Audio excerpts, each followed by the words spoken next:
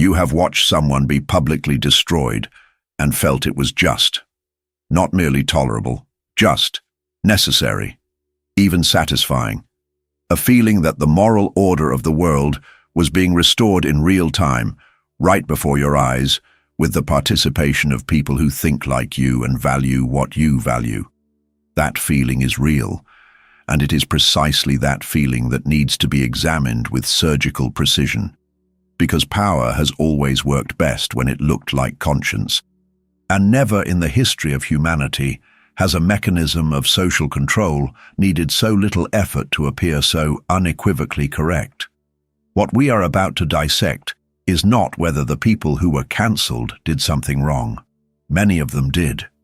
What we are going to dissect is the structure that makes cancellation possible, legitimate, replicable, and most importantly, invisible as power to those who exercise it. Because power that is invisible to those who wield it is the most efficient form of power that exists. And Foucault spent his entire life mapping exactly that. There is an ambiguity that most people feel but cannot articulate precisely when the subject is cancellation. On one side, there are cases that seem unambiguous. Someone with a position of power used that position to cause real documented harm to real people. Public exposure seems like the only form of accountability available when institutions fail, and institutions, with a regularity that no longer surprises anyone, do fail. In that context, what others would call cancellation seems simply like accountability, consequences, the bare minimum. On the other side, there are cases that are disturbing. An ordinary person without institutional power said something in a different context, at a different moment, as a different version of themselves.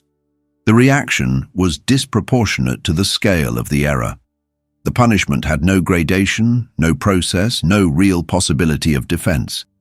And no one who participated in the destruction considered themselves responsible for the outcome. Each one was simply one more vote in a decision that the collective made without ever being convened to decide. This ambiguity is not resolved by more examples.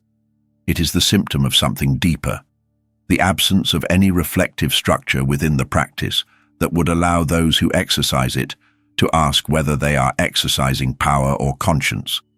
And that absence is not accidental. Every era produced its own ritual of exclusion, and no era recognized its own ritual as a ritual. The bonfire was divine justice. Athenian ostracism was democratic protection. The public ritual of humiliation was moral hygiene. Social exile was communal necessity. In each case, the mechanism of exclusion was coated in the most legitimate language available in the vocabulary of the era. In each case, those who participated did not see themselves as executors of power. They saw themselves as guardians of something greater. Observe the structure of that statement carefully. We are not saying that all of these rituals were equivalent in the severity of their effects. We are not saying that the causes that motivated them were equally unjust. We are saying something more precise. The way power becomes invisible to those who exercise it is consistent across time, regardless of the specific content that justifies its use in each era. It is that structural consistency that Foucault mapped, and it is why what he wrote in the 20th century about power, norms, and punishment describes with disturbing precision what is happening right now. Think about what happens in a typical cancellation episode. Someone says something, does something, has something revealed about themselves. The information circulates. A first wave of reaction establishes the moral framing of the event. This is unacceptable, this cannot be tolerated, this requires consequences. A second wave amplifies. A third wave begins to act. Demands to employers, campaigns for removal, calls for resignation. At each step, participants act individually, convinced of their individual reasons, without central coordination, without visible leadership, without a tribunal that declares guilt. And at the end of that process, which can last hours or days, a person has been socially destroyed. They lost their job, their reputation, the possibility of defending themselves in a space that had already issued the verdict before the defense. Who did this? Everyone. Who is responsible? No one. Who can be questioned? There is no available instance for the question. That absence of a face is precisely what Foucault identified as the most efficient functioning of modern power. The question that this scenario raises is not a comfortable one to formulate. If cancellation reproduces the logic of punishment without process, without gradation, and without possibility of appeal, the very same characteristics we insist on condemning in other historical contexts, then what exactly distinguishes cancellation from the institutional injustice it claims to combat? And if there is no clear answer to that question, what does that reveal about the structure that makes cancellation not only possible, but morally satisfying for those who practice it? Foucault spent decades mapping this type of mechanism. What he found is disturbing enough to permanently change the way you will read the next cancellation episode that appears before you. Michel Foucault, a French philosopher, spent decades doing something that seemed very simple and was radically disturbing. He looked at practices that societies considered progress and asked what they revealed about the power that organized them. He analyzed psychiatric hospitals and discovered that the definition of madness serves to manage what is unbearable for the social order. He analyzed prisons and discovered that they do not exist to rehabilitate. They exist to distribute the power to punish in a way that appears to be technical necessity rather than political decision.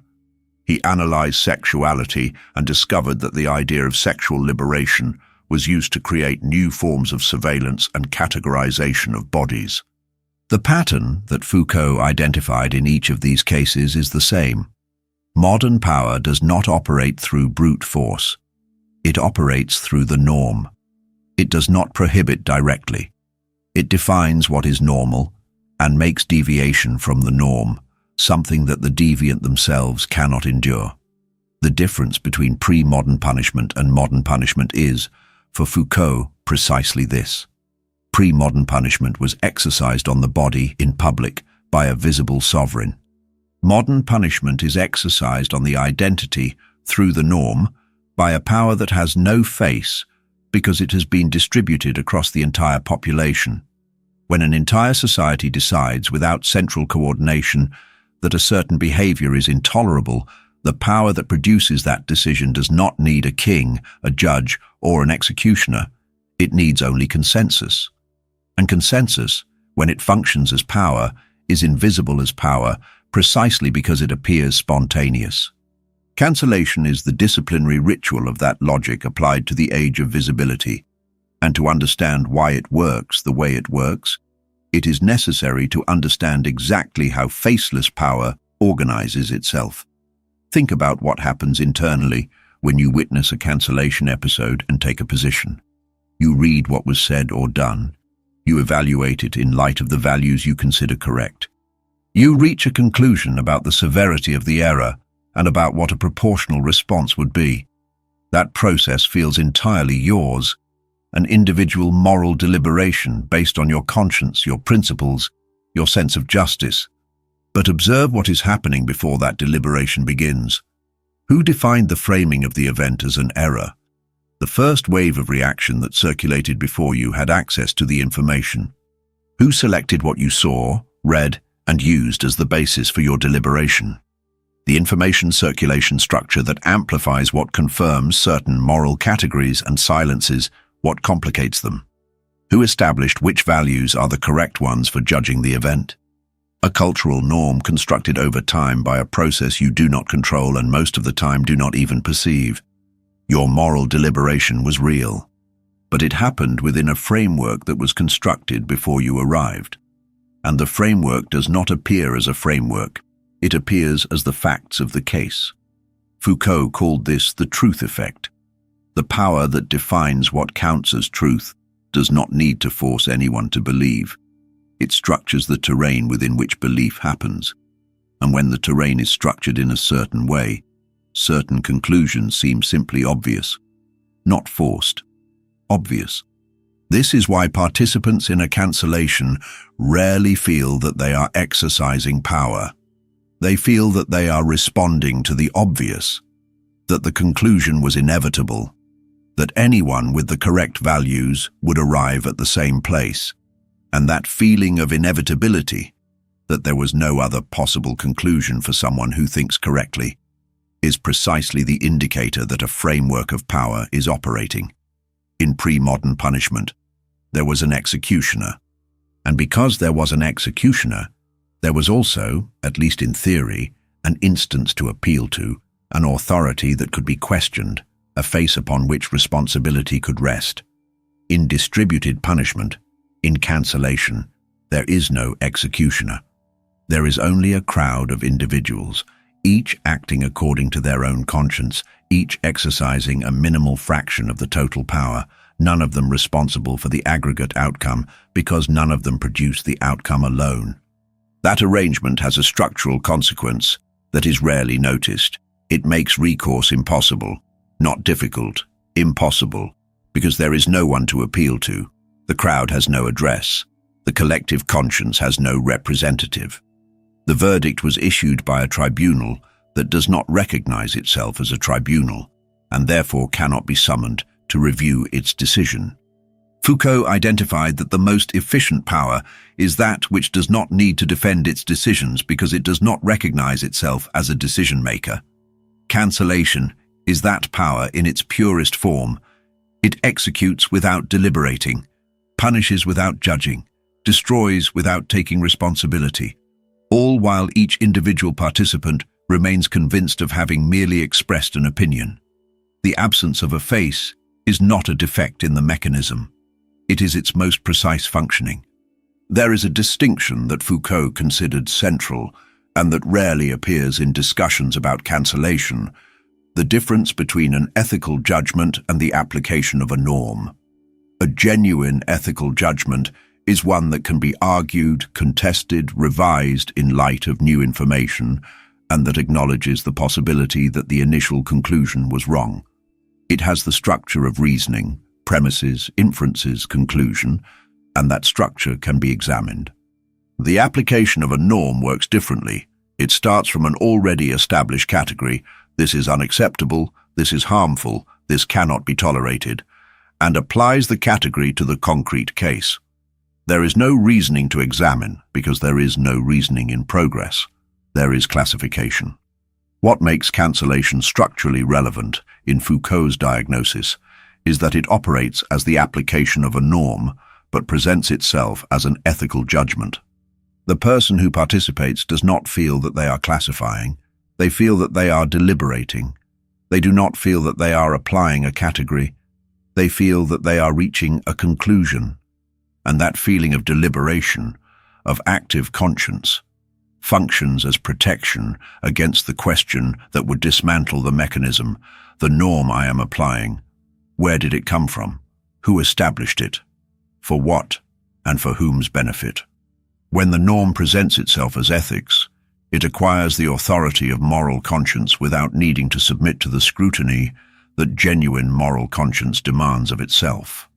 There is an effect that cancellation produces that is more relevant than the destruction of its direct targets, the silencing of everyone who observes it. Every person who watches a cancellation learns something, not explicitly, through observation. They learn which categories of error produce that type of response. They learn which topics are risky to touch. They learn that certain positions, even if genuinely held, can cost dearly if expressed at the wrong moment, to the wrong audience, with the wrong framing. And they learn, above all, that the cost of being a target is disproportionate to the benefit of being honest. So they adjust, they anticipate, they self-censor, not because they were instructed to do so, but because the environment demonstrated clearly enough what happens to those who do not adjust. Foucault called this mechanism disciplinary power in its most efficient state, when the individual internalizes the normative gaze and begins to surveil themselves without anyone needing to surveil them. The panopticon, the circular prison where the prisoner never knows if they are being watched and therefore always acts as if they are, is not an architectural structure, it is a mental structure. And cancellation, with its unpredictability and its disproportionate ferocity, is one of the most effective mechanisms for installing that structure in the minds of those who have never been directly targeted by it. The target of cancellation suffers the direct consequences. The audience of cancellation learns what not to say, and it is that second population, the population silenced without having been cancelled, that reveals the true reach of the mechanism. There is a formulation that cancellation uses with strategic precision even when none of its practitioners chose it consciously. It speaks the language of rights while exercising the logic of control. This requires careful explanation. Rights, as a concept, imply protection against arbitrary power. They imply process, gradation, the possibility of defense, and the existence of instances that can be questioned when they make mistakes. The vocabulary of rights was built historically in opposition to the power that punishes without judgment, that excludes without recourse, that destroys without accountability. Cancellation presents itself within that vocabulary. It does not name itself as punishment. It names itself as consequence. It does not name itself as exclusion. It names itself as protection of those who were harmed. It does not name itself as reputation destruction.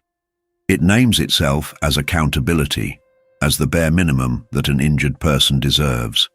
But the structural effects of cancellation are precisely those that the vocabulary of rights was created to prevent. Punishment without process, exclusion without recourse, destruction without gradation, impossibility of defense in a space that has already issued the verdict. What Foucault diagnosed in the disciplinary institutions of the 19th century, hospitals, prisons, schools, is that they used the language of care, rehabilitation, and progress to exercise forms of control that the previous vocabulary would have made unacceptable. The vocabulary shift did not change the structure of power, it changed its appearance. And changing the appearance was enough to make it legitimate. Cancellation accomplished the same shift. It took the language built to protect individuals against power and used it to construct a form of power that cannot be questioned because it speaks the language of protection. When an instrument of control learns to speak the language of rights, it acquires immunity to scrutiny. Because questioning the practice becomes identical in appearance to questioning the values the practice claims to defend. And who wants to be seen as a defender of the person who did wrong? That equation, questioning the mechanism equals defending the cancelled, is the most effective protection cancellation could have. And it was built not by design, but by the internal logic of a power that learned to make itself invisible. The mechanism is now visible in its completeness. Name it with precision. Cancellation is a structure of social control that possesses the following simultaneous characteristics. First, it punishes without process. There is no formal accusation, no presentation of evidence in a space where it can be contested, no defense possible before a tribunal that recognizes itself as such. Second, it destroys without gradation. The consequence is not proportional to the severity of the error. It is proportional to the intensity of the reaction wave, which is determined by factors that have nothing to do with the ethics of the case, the political moment, the identity of the target, the ease with which the error can be framed within the prevailing moral categories. Third, it silences without decreeing silence. There is no formal censorship. There is only the demonstration, repeated sufficiently often, that certain costs are too high, and the demonstration is sufficient to produce silence without needing to decree it. Fourth, it reproduces itself without coordination. It needs no leader, no organization, no structure. It needs only a moral framing sufficiently widespread and a platform that amplifies the initial reaction. The rest happens by inertia. Fifth, and this is the element that Foucault identified as the most definitive feature of modern power, it is invisible to those who exercise it. No participant in a cancellation sees themselves as an executor of power. Each one sees themselves as an individual moral agent, responding to the obvious, doing what any conscious person would do under the same circumstances. And that invisibility is not naive illusion. It is the operating condition of the mechanism. If the participants saw what they were exercising, the mechanism would lose the efficiency that makes it so stable. The inversion that this diagnosis demands is precise. Cancellation is not collective conscience in action. It is collective power in action, disguised as conscience. And the disguise is so perfect that it works even for those who are inside it. Now you see the code. What has been dissected here is not a critique of the causes that motivate cancellation. Real causes, real harms, real injustices exist and require a response. The structural diagnosis does not depend on the question of whether the specific target deserved some form of consequence. The diagnosis is about the form, and the form has consequences independent of the content. A practice of accountability that has no process is a practice of punishment. A practice of punishment that has no gradation is a practice of destruction. A practice of destruction that cannot be questioned is a practice of control. And a practice of control that presents itself as ethics is no freer than the practice of control that openly presents itself as power. It is more captured, because those who are inside it lack the instruments to perceive that they are inside it. Foucault was not interested in absolving anyone. He was interested in asking the question that power always tries to make impossible to formulate. Where does the authority that defines what is intolerable come from? Whose interests does that definition serve? Who falls outside the category of the tolerable, and why does that exclusion seem obvious rather than arbitrary? When cancellation declares itself ethical by definition, it hijacks precisely those questions. Because anyone who formulates them immediately becomes classifiable within one of the categories the system has already constructed for them: defender of the error, accomplice of the harm, enemy of the victims. The question about the mechanism becomes indistinguishable in appearance from a defense of what the mechanism punished. That hijacking of questions is the most sophisticated protection any structure of power can have. And cancellation built it without needing an architect. Observe what has been constructed over time. A practice of public punishment that has no formal process has established itself as a legitimate form of accountability. That practice produces silencing at scale, not of its direct targets, but of all who observe and learn what is risky to say. It operates through norm, not through law, which makes it immune to the protections that societies developed against the abuse of formal power. And it acquired immunity to scrutiny by learning to speak the very language that such scrutiny was meant to protect. This is not an accidental development. It is the logical evolution of a power that has learned over centuries that the most durable form of control is not the one that imposes itself, it is the one that makes itself desired. Power that imposes itself encounters resistance. Power that looks like conscience does not, because resisting it appears in appearance to mean resisting ethics itself. Foucault demonstrated that modern societies did not abolish the disciplinary power that characterized the institutions of the 19th century. They democratized it. They distributed the power to surveil and punish across the entire population in such a way that each individual became simultaneously an object of surveillance and an active participant in it. And by distributing power in that way, they made it infinitely more efficient, because a power exercised by everyone does not need to defend itself, cannot be attacked, has no face to hold responsible. Cancellation is the contemporary version of that logic. It is disciplinary power finding its most distributed and most efficient form. Every participant is a voluntary watchman. Every cancellation episode is a public update of the norm, a demonstration for the entire audience of where the limits of what can be said and what can socially exist are located. And the demonstration works even for those who have never been targeted. Especially for those who have never been targeted. There is a question that Foucault's diagnosis leaves suspended, not as a rhetorical provocation, but as a genuinely open question, with no comfortable answer available. If cancellation reproduces the logic of the power it claims to combat, power without process, punishment without gradation, control without a face, exclusion without recourse, then what exactly is being built each time it is practiced? This is not about denying that the cause that motivated a specific cancellation may be legitimate. The question is more precise. When the instrument of accountability possesses the structural characteristics of the very injustice it claims to combat, what is being reproduced while the cause is being defended? Foucault did not answer that question, not because he did not know what was happening, but because the answer belongs to those who are inside the system, not to those who observe it from the outside. Structural lucidity does not prescribe what to do with what it reveals. It only makes it impossible to continue without seeing. And here is the most disturbing question of all. If tomorrow an episode of Cancellation appears before you, with its wave of reaction, its moral framing, its feeling of inevitability, will you be able to distinguish between exercising conscience and being used as an instrument of a power that does not need your conscious consent because it already has your emotional adhesion?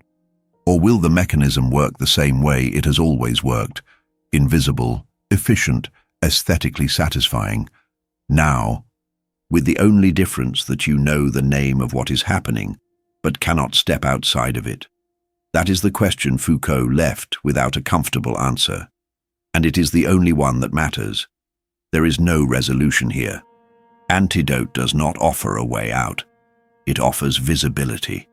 What Foucault mapped in the institutions of the 19th century is operating right now, in real time, in every cancellation episode you will encounter from today onward. The code is exposed. The mechanism has a name. The structure that looked like conscience now has identifiable contours. What you do with that is not a question this channel will answer, because answering would be transforming diagnosis into prescription. And prescription is precisely what power always offers to ensure that you do not ask the wrong questions. If this kind of dissection is what you are looking for, subscribing keeps this work alive. Antidote will keep naming the invisible mechanisms, one code at a time.